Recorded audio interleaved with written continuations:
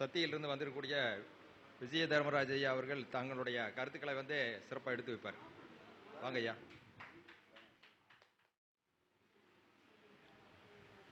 ஐஸ்வர்யம் ஈஸ்வரியம் சிவாய நமக. பஞ்சபூதங்களையும் 27 நட்சத்திரங்களையும் வணங்கி அருள்மிகு பண்ணாரி மாரியம்மன் அருளாட்சியுடன் எனது உரையை துவக்கிறேன். ஜோதிடத்திற்கு வந்துவிட்டால் ஒரு யதார்த்தம் வேண்டும், பகைமை உணர்வு ஆகாது. அதனால் தான் நம் வாழ்ந்த முன்னோர்கள் எல்லாம் இந்த கம்பராமாயணம் மகாபாரதத்தை நமக்கு இதிகாசங்களையும் நமக்கு கொடுத்துள்ளார்கள். அதாவது துரியோதனன் தன்னுடைய பகைவர்கள் என்று தெரிஞ்சும் பஞ்சபாண்டவர்களிடத்தில் தான் ஆருடம் கேட்க போனார். அப்போதும் தர்மத்தை கடைபிடிக்கக்கூடிய உங்களுக்கு சகாதேவன் ஆக்சுவலாக இன்றைக்கி என்ன நடக்குதோ அதை மட்டும் குறித்து கொடுத்தான். அடுத்தபடியாக கிருஷ்ணர் வருகிறார். இந்த மாதிரி நமக்கு வரக்கூடிய எதிரிக்கே நீ நாள் குறித்து கொடுத்துருக்கேன்னு சொல்ல, நான் என்ன நடக்குதோ அதை குறித்து கொடுத்தேன். இதில் நண்பன் பகைவன் எல்லாம் கிடையாது அப்படிங்கிறாப்புல. அந்த இடத்துல கிருஷ்ணர் தன்னுடைய சூட்சமங்களை பயன்படுத்தி சில விதிமுறைகளை கையாண்டு அதில் வெற்றியும் கண்டுள்ளார். அந்த மாதிரி உங்களுக்கு அந்த அளவுக்கு தர்மத்தின் மீதும் நம்பிக்கை கொண்டிருந்தார்கள். விதியை மதியால் வெல்லலாம் அப்படிங்கிறது அதனோட அர்த்தம். அந்த மாதிரி உங்களுக்கு ஆக்சுவலாக ஒரு எல்லா சௌரியத்தையும் பகவான் கொடுத்துட்டார். புத்திர பாக்கியம் மட்டும் இல்லை. நாரதன் இந்த வழியில் வர்றாரு.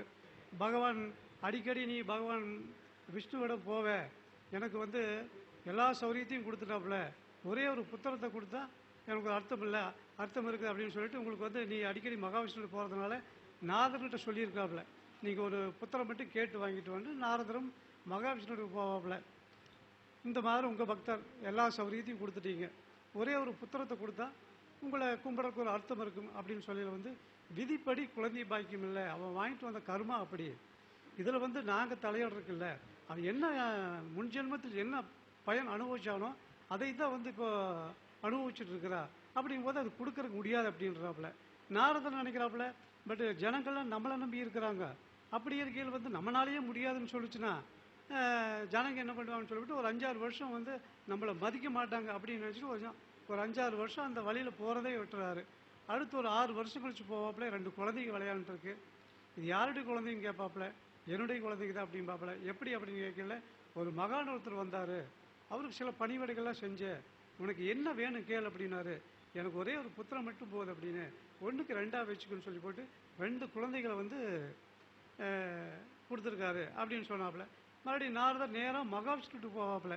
விதிப்படி குழந்தை பாக்கியம் இல்லைங்க, இப்போ 2 குழந்தைகள் இருக்குது, எப்படி சாத்தியம் அப்படிங்கும்போது அந்த மகான்கள் சித்தர்கள் தன்னுடைய உடலை வருத்தி நிறைய வரம் வாங்கி வச்சுருப்பாங்க, அவங்க என்ன சொன்னாலும் பழிக்கு, அந்த மாதிரி ஏதாவது நடந்திருக்கலாம் அப்படின்னு சொல்கிறாரு.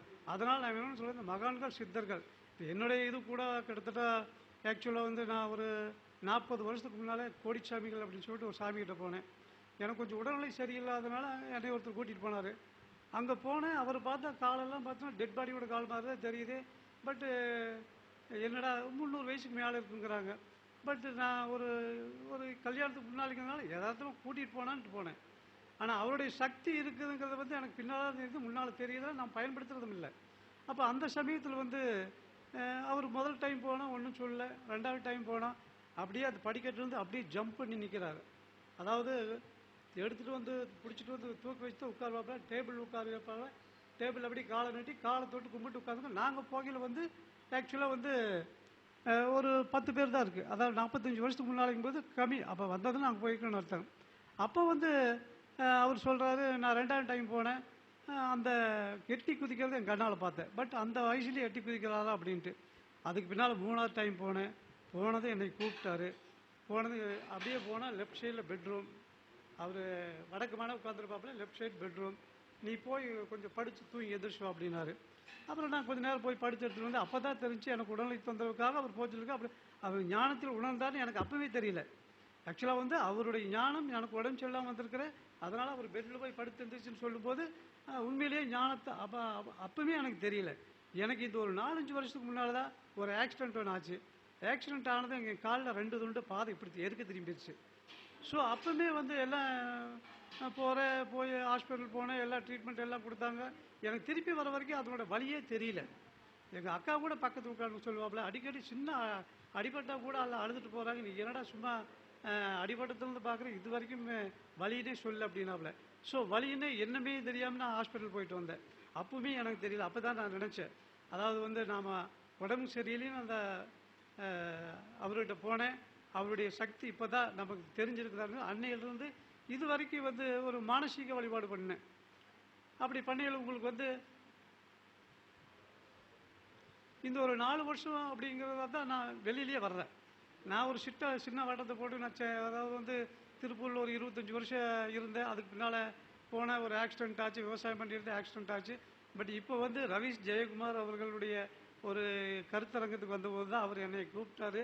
அதுக்கு பின்னால் தான் ஒரு சின்ன வட்டத்துட்டே வெளியில் வந்தேன். இன்றைக்கி வரைக்கும் நான் வெளியில் வரவங்கிறது இல்லை. காரணம்னா எனக்கு பசங்க பிள்ளைங்க அவங்கவுங்க பாட்டுக்கு அவங்கவுங்க தொழில் இருக்கிறாங்க. பட் நம்ம என்ன ஒன்று போகிற சும்மா பார்த்துட்டு போகலாம் அப்படின்ட்டு வந்தேன். அதுக்கு பின்னால் தான் இந்த ஞானம் அப்படிங்கிறது வந்து எப்படி கிடச்சி.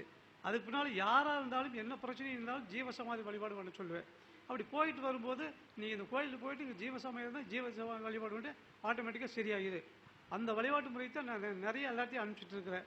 அதாவது அடுத்து ஜோதிடத்துக்கு வரும் 1, 5, 9 பாவங்கள் நல்லா இருந்தால் 2, 6, 10 இந்த 6ஐயும் தான் நான் மேக்சிமம் பார்ப்பேன்.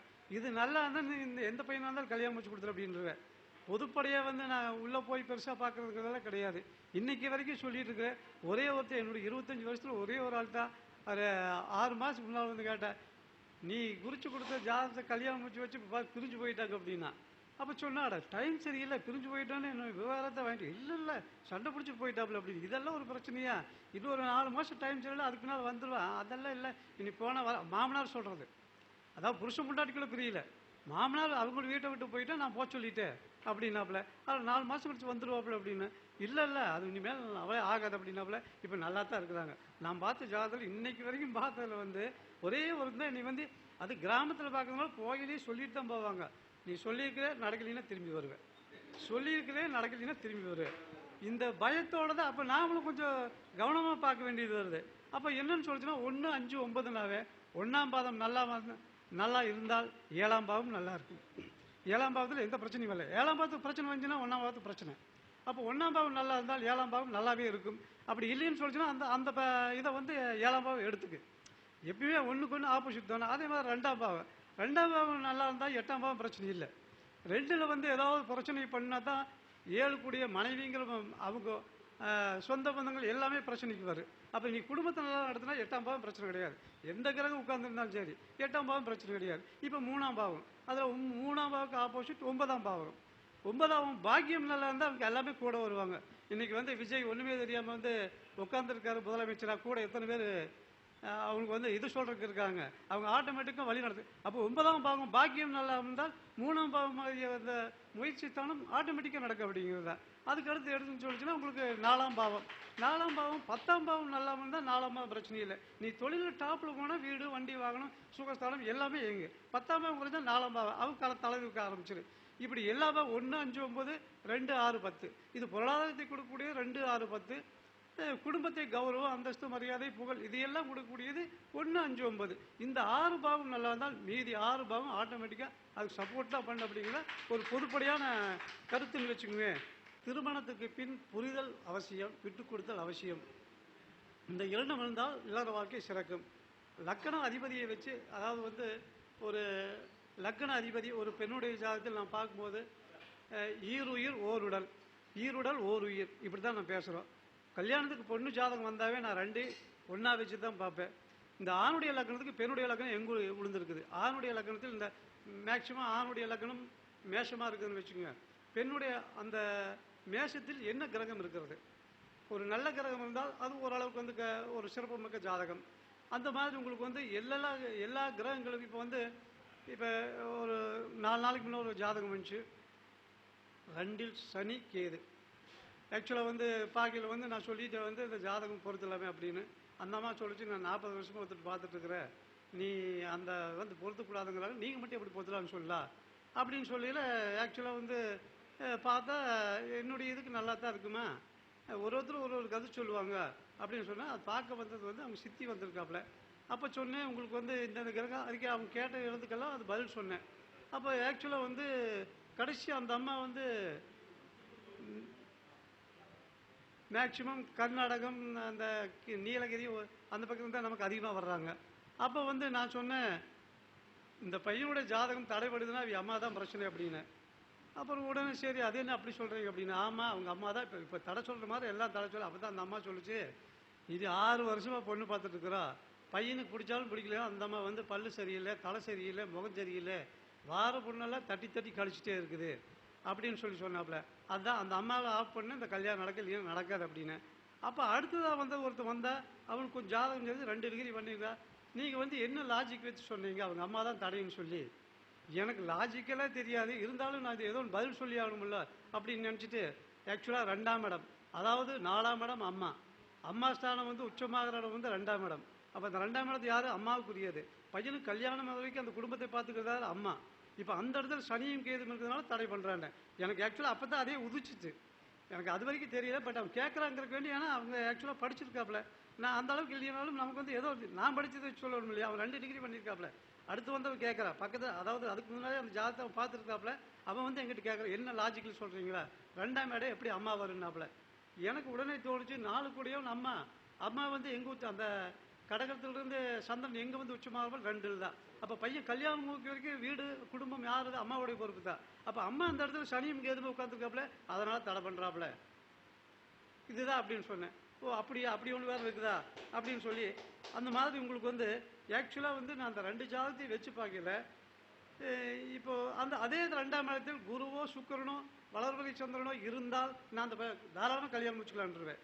அதாவது எந்தெந்த இடத்துலலாம் பாவிகள் இருக்குதோ அந்த இடத்துல வந்து ஆணுடைய லக்கணத்துக்கு பெண்ணுடைய லக்கணம், குருவோ சுக்கிரனோ அந்த சுபகிரகங்கள் யார் இருந்தாலும் அது தடையில்லை அப்படிங்கிறது என்னுடைய இது. இப்படி தான் நான் வந்து ஒரு பொருத்தம் பார்த்து கொடுத்துட்ருக்குறேன். அந்த மாதிரி உங்களுக்கு வந்து ஆக்சுவலாக வந்து இந்த உரையை நான் இதனுடன் முடித்துக் கொள்கிறேன். நன்றி, வணக்கம்.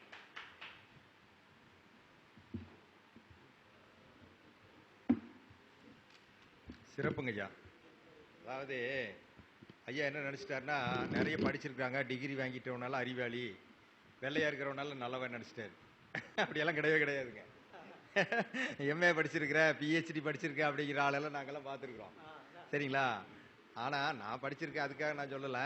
ஆனால் வந்து அதுக்கு சம்மந்தம் இல்லைங்க. படிப்புக்கும் நீங்கள் இந்த ஜோதிடத்துக்கும் பெரிய சம்மந்தமெல்லாம் ஒன்றும் கிடையாதுங்க. அனுபவம் வேணும், அனுபவமே ஆசான். அதாவது நீங்கள் பேசும்போதே பார்த்து நான் கவனிச்சேன், ஒவ்வொன்றும் சின்ன நுணுக்கமாக கவனிப்பேன் நான். பாவத் பாபா சொன்னார், அவர் பேசும் பார்த்தீங்களா, 1 நல்லா இருந்தால் 7 நல்லா இருக்கும், 2 நல்லா இருந்ததுன்னா உங்களுக்கு 8 நல்லா இருக்கும் அப்படின்னு. இது என்னென்னா பாவத் பாபா விதி அந்த இடத்துல அடாப்ட் பண்ணுறாரு. அடுத்தது வந்து என்னன்னு பார்த்தீங்கன்னா, அவர் பேசுறதுல என்ன சொல்றாரு, 1 நல்லா இருந்தால் 7 நல்லா இருக்கு அப்படின்னா, 1க்கு நிவர்த்தி பாவம் 7, 2க்கு நிவர்த்தி 8. அவருக்கு என்னன்னு கேட்டிங்கன்னா, நம்ம வந்து இதை வந்து சொல்கிறது என்ன, சிஸ்டமாக நம்ம வந்து கற்றுக்கிட்டோம், அதனால வந்து நம்ம வந்து பேசுகிறோம். ஆனால் அவர் சிஸ்டமாக கற்றுக்கலையே தவிர, ஆனால் அவருக்கு அந்த ஞானம் இருக்குது. அதே வந்து ஏடா வந்து அந்த பிள்ளைய வந்து கல்யாணம் பண்ண அந்த அம்மா ஏண்டா கெடுக்குது அப்படின்னு சொன்னோன்னே அவருக்கு வந்து தெரியல. அதாவது வந்து 4ஆம் பாவாதிபதி உச்சம் பெறாரு அப்படின்னா அவங்க அம்மா தான் வந்து அங்கே டாமினேட் பண்ணுவா அப்படின்னு தெரியுது. அதே மாதிரி 4ல் போய் 2 பேர் வந்து திக்பலம் பெறாங்க, யார்? சந்திரனும் சுக்கரனும். அப்போ சுக்கரனோட வீட்டில் வந்து சந்திரன் வந்து உச்சமாகிறாரு. அப்போ அது விளக்கிருமா? அது இது நம்மளா இருந்தாலும் அடிச்சு தூள் கிளப்பியிருப்போம், அது வேற. ஆனால் அவருக்கும் வந்து ஒரு இன்டியூஷன் பவர் இறைவன் வந்து அவருக்கு சப்போர்ட் பண்ணியிருக்காரு, சொல்லியிருக்காரு பாருங்க. ரொம்ப அருமைங்க, அருமையான பேச்சு. ஷார்ட் டைமில் பேசியிருந்தாலும் நல்ல கருத்துக்கள். வாழ்த்துக்கள்ங்க ஐயா. ஐயாவுக்கு ரவி ஜெயக்குமார் அவர்கள் வந்து கொண்டாடி இந்த பக்கம்